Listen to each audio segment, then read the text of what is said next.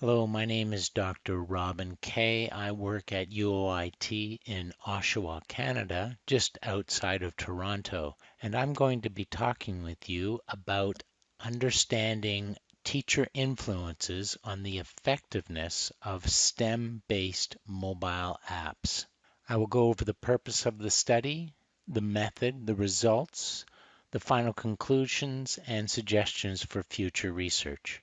Currently, there is limited research on how teacher-related factors impact learning with STEM-based mobile apps. So the purpose of this study was to examine a wide range of teacher-based factors that might influence student learning, including teacher attitudes, preparation and implementation strategies, and demographics. This study involves students from a suburban region of 650,000 people. 830 students participated in the study, split approximately evenly between males and females. The students were 10 to 13 years of age in grades 7 and 8. Teachers consisted of 20 middle school teachers, 10 male, 10 female, with 2 to 33 years of experience with a mean of 11 years of experience. 15 unique apps were selected from the Explore Learning database, and you can access those apps at this address. We focus specifically on math and science apps, and the actual apps we used are at this URL. Each app came with a pre-designed student exploration sheet.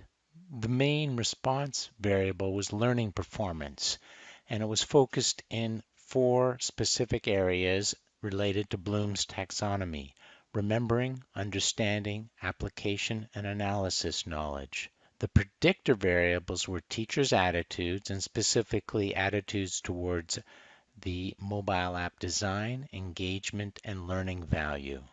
Teacher strategies looking at time and purpose for using the apps, and teacher demographics focusing on gender, age, and experience. In terms of learning performance, students who use STEM-based apps in this study improved significantly with respect to remembering, understanding, application, and analysis knowledge areas. You can see the mean percent change here of 24% for remembering, about 9% for understanding, 21% for application, and about 27% for analysis.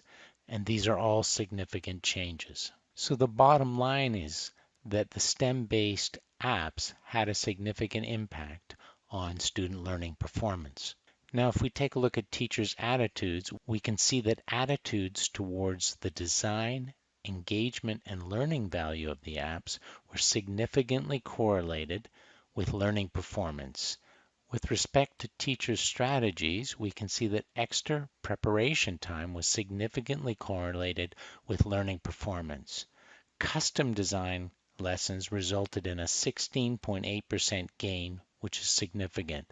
When the apps were used for homework or review, we saw gains of about 7 to 10%, and those are significant. When the apps were used to explore concepts, there was no significant relationship or impact on learning performance. When students used the apps on their own, as opposed to being led by the teacher, there was a 13% gain.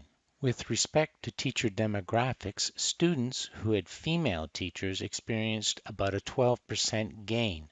That might have been due to the extra time that females spent preparing for lessons. You can see the difference here of males spending an average of about 10 minutes and females spending an average of about 31 minutes, which is a significant difference. And finally, students who were taught by older teachers experienced almost a 20% gain in learning performance. These teachers may have been more experienced, and therefore the students benefited from that experience.